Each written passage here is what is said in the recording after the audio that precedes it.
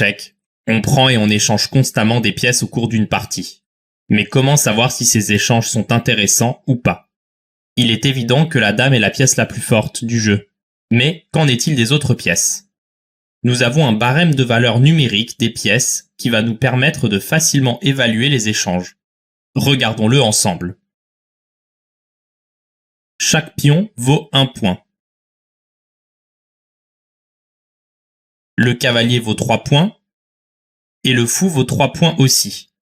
Cependant, dans certaines positions, les cavaliers seront plus forts et dans d'autres, les fous seront plus forts. La tour vaut 5 points alors que la dame vaut 9 points. On ne donne pas de valeur au roi car en le capturant, vous gagnez la partie. Résumons tout cela. Le pion vaut 1 point, le cavalier vaut 3 points, le fou vaut aussi 3 points, la tour vaut 5 points et la dame vaut 9 points. Regardons quelques positions et évaluons si l'échange est favorable ou défavorable. Dans cette position, est-ce que les blancs ont un échange possible? Oui, les blancs peuvent échanger la tour contre la dame. Est-ce un bon échange? Complètement. Les blancs ont donné une pièce qui vaut 5 points contre une pièce qui en vaut 9. Les blancs ont donc gagné 4 points dans cet échange. Dans cette position, les blancs peuvent échanger leur tour contre le cavalier.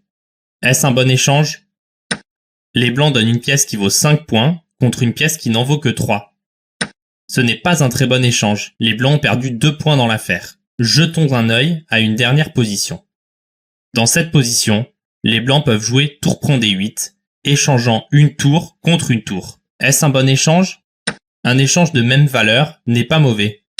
Disons maintenant que le fou reprend, proposant un nouvel échange de même valeur, et les blancs acceptent d'échanger les fous. Après tous ces échanges, personne n'est sorti gagnant. Les joueurs ont échangé une paire de tours et une paire de fous. Les blancs avaient un pion de plus avant tous ces échanges, et ils restent donc dans une bonne position avec leur pion de plus.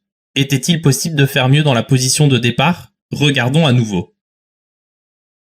Quand vous pouvez échanger des pièces, regardez bien toutes vos options avant de vous lancer.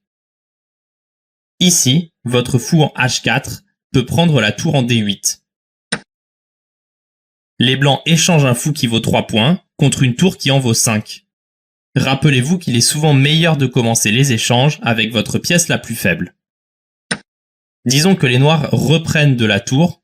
Maintenant, les blancs peuvent échanger leur tour qui vaut 5 points contre la tour adverse qui en vaut 5 aussi. Est-ce un bon échange pour les blancs? Vous pouvez vous dire que c'est un échange équilibré, mais il y a une chose que vous devez savoir. Lorsque vous avez un avantage matériel, il est intéressant pour vous d'échanger les pièces pour simplifier la position. Lorsque vous avez un déficit matériel, au contraire, vous souhaitez compliquer la position.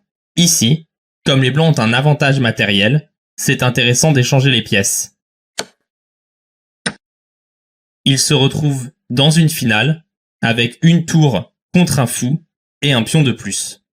Maintenant que vous connaissez la valeur des pièces, c'est à vous de réaliser les bons échanges dans vos parties. Subscribe to my channel.